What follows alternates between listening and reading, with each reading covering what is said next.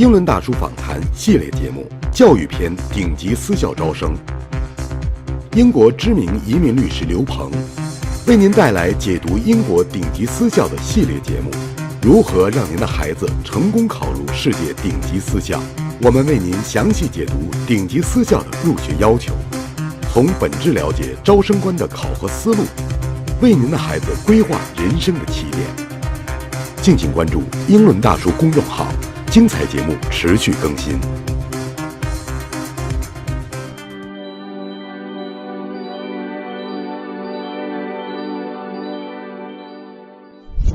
William REES， 原伊顿公学招生负责人，英国教育专家，顶级私校入学咨询专家。I worked at Eton College for 34 years, and I began as a teacher and doing everything that is expected of a teacher in independent schools in the UK. I didn't just teach, I also coached sport, and I directed plays, and I organised music. And all teachers in independent schools are expected to be all-rounders. And then I became a housemaster, looking after, at any given time, around 50 teenage boys, which was always an interesting challenge. And I spent 14 years doing that. And then I became director of admissions at Eton College. And I managed admissions to the school for 8 years. And at Eton we pioneered new ways of doing admissions, new forms of assessment, new ways of drawing in a new clientele. And we were very much at the front of modernising of admission systems through the years 2000 to 2010, thereabouts. And lots of other schools came to me for advice to follow our example. So I took early retirement from Eton for a number of reasons. And one of the things I then did was to become an advisor to other schools on running admission systems. What I do now in terms of consultancy has evolved, and I do a lot of work now helping and advising families who are new to UK independent education and who need some help and who need some guidance into that system, particularly when time is very much, when there's a lot of pressure of time, because families arrive in the UK, sometimes they miss deadlines for schools, sometimes time is very tight and they need help and advice in getting something established for their children. And so I do a lot of work helping families in that kind of way. And I meet and I work with families from all over the world, Americans, Russians, Africans, but have become very much, in particular, part of the kind of educational bridge now between China and the UK. So I see a lot of Chinese clients, and I go to China every year, and I tour Chinese cities, and I give talks about UK education and how it works. So my job now is not to promote Eton College specifically. I'm not part of Eton College anymore. My job is to promote understanding of education in the UK. What it is, what it isn't. How to approach it, how not to approach it. How to get it right, how to get it wrong. And this is the area in which now I offer advice to families. There are culture shocks involved, as I'm sure you're already aware, some of you. And my job is to partly to prepare people for the culture shocks involved. I'll say a little bit more about that later. What are independent schools? They're schools that charge fees. They are private, they're independent. They are not controlled by the state. They're not profit-making companies. If they make a surplus, that surplus goes into staff and facilities. They're not companies that exist to make a profit. In most cases, there are a few. There are a few independent schools that are there to make a profit. But most are in fact charities, where any surplus, any profit is going back in.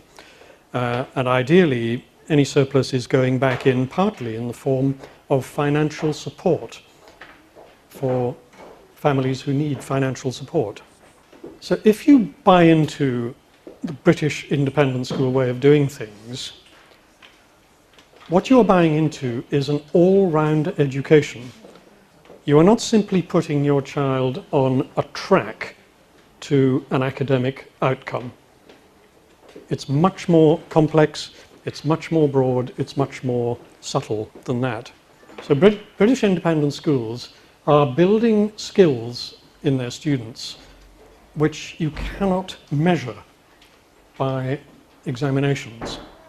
They're building qualities like confidence and resilience and initiative and emotional intelligence, teamwork, loyalty, social skills, good listening.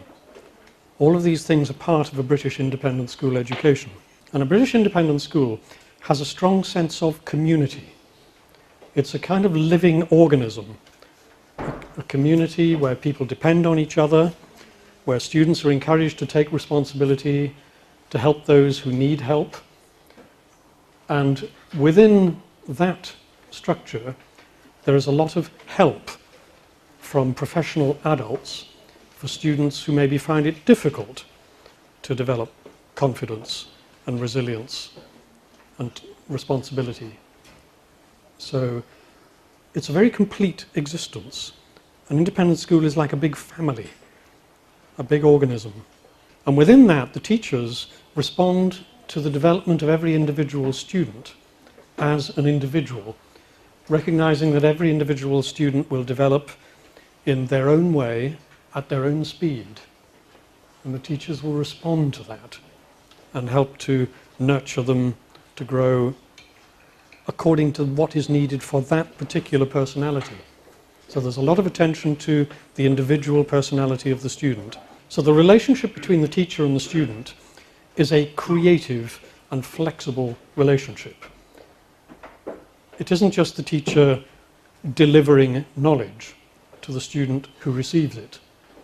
It's much more of a partnership, much more of a creative process in which the student is respected, in which the teacher will hold back and not simply tell the student, but will allow the student to think, develop ideas for himself or herself. But of course, exams and results are important, and there are certain phases in the development of the student where there will be a strong focus on exam success at GCSE, at A-level. That focus on the outcome does not dominate the whole of the education. That focus happens at particular key points. And the outcome may well be then going on to a university, either in the UK or perhaps in the USA. And British independent senior schools are very good at supporting students through the process of application to university. Either in the UK or the USA, and quite a lot of Chinese students will go to school in the UK and then on to university in the USA. That is quite a familiar track now. It's true to say that quite a lot of Chinese parents are focused very strongly on a few famous schools. Now, certainly, if your child is pretty strong academically, yes, apply at the top of your range of schools to one of the world-famous top schools. But the very famous top schools are very difficult to get into. And if you decide that what you want is the UK style of education, then look flexibly and with an open mind at a range of schools and don't apply only to the very top schools. I described schools just now as organisms, as big families. It's true to say that some Chinese parents, and not only Chinese parents, American parents, Russian parents, think of schools as brands. And the top global brand that you may have heard of, like Eton, or Cheltenham Ladies College, or Wickham Abbey, or Winchester. And I've heard many Chinese parents have said to me, we must buy one of these top brands. Okay? Now that top brand may not be at all suitable for your child. And it's very important to be open-minded and to take advice from someone like me or someone else who can advise you on a range of good schools.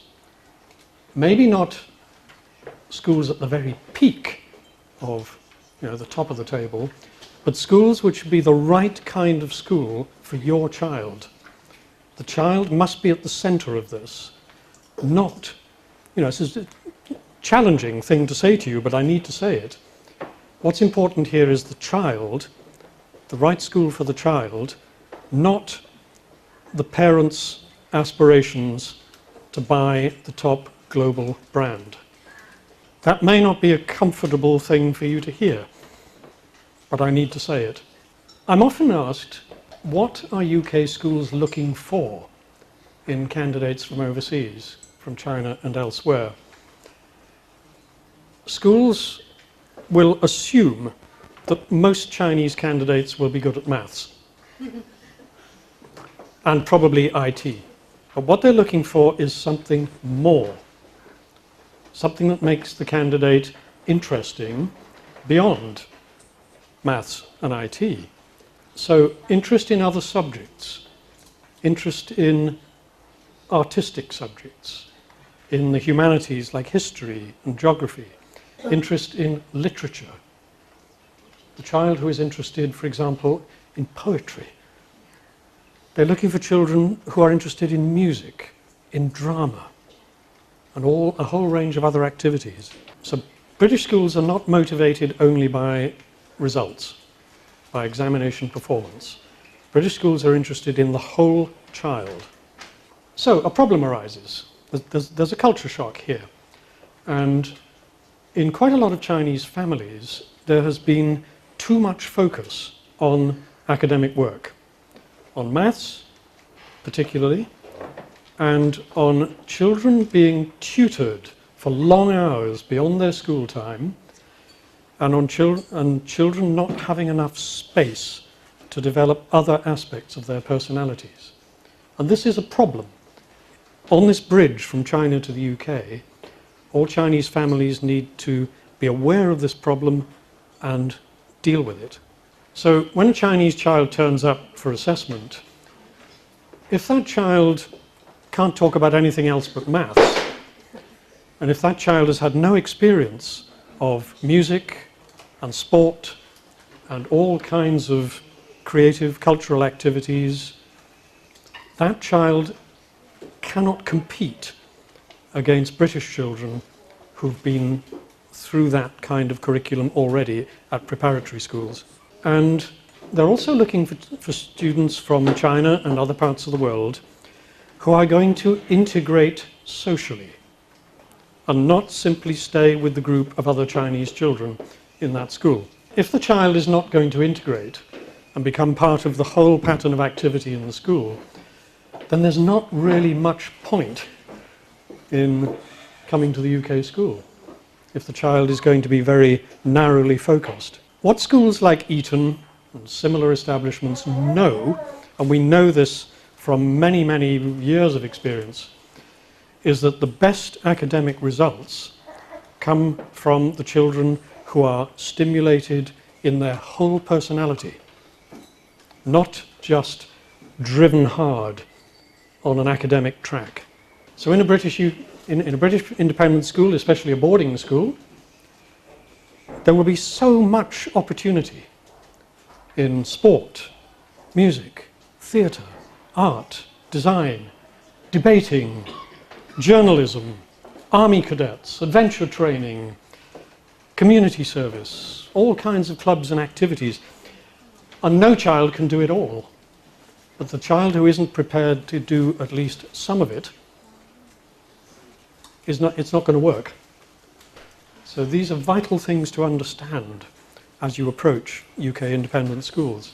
So another really quite challenging message I need to give you is about aspiring to a school at the right level for your child. I've said a little bit about this before, not focusing too much on the famous schools. but finding the school that is right for your child, appropriate for your child. And in all British schools have experience of Chinese children who have been driven too hard. And it often has a bad outcome. A Chinese child who's been driven too hard academically and has been pushed into maybe a school not quite right for them, where they're not really comfortable, what happens? They burn out, or they behave badly. They get disillusioned, and there can be conflict. Again, these are tough messages, but I need to give you these messages. A child needs to be happy and comfortable, and will then thrive in a school. Every independent school has its own entry system. Quite a lot of work needs to be done on researching their entry systems, on deadlines, what happens when. And the golden rule is, as I've said right at the beginning, is to plan, to make sure you're in plenty of time to do this, to maximize your options. The later you leave things, the fewer options you will have. So schools, typically when they're assessing students, will do three things. They will want to receive a report from the child's present school, quite a detailed report, which they will take very seriously. They will test the child, and different schools use different tests, but broadly they will be tested on their English ability, on their mathematical ability, and they will be given other forms of reasoning test, and schools will generally interview candidates. Now, the interview is the first experience of the teacher-student relationship in British independent education. So the interview then is the beginning of the teacher-student relationship, and it can be a major culture shock for a Chinese child to be expected to have an equal dialogue with a teacher, to enter into a conversation in which the student will be invited to give opinions and to justify those opinions and to disagree, to argue with a teacher. And for many Chinese children, that is something from another planet. And all schools have experienced difficulties with Chinese children in that situation, where they have no idea what is expected of them. They find this a completely alien experience, and they become totally silent, or they are so nervous that they talk much too fast and say much too much, and it doesn't become a conversation. What I always say to children is, the more it feels like a good conversation, the better it is. So I've set out for you a number of things which you need to be aware of as you approach independent schooling in the UK. Some of them not easy, but things that really need to be thought about and included in your thinking. At which point I think it was probably a good thing now if I stopped talking at you, having given you those kind of essential principles, and perhaps open things up for you to ask questions or comment on what you've heard. So very happy to take questions from you.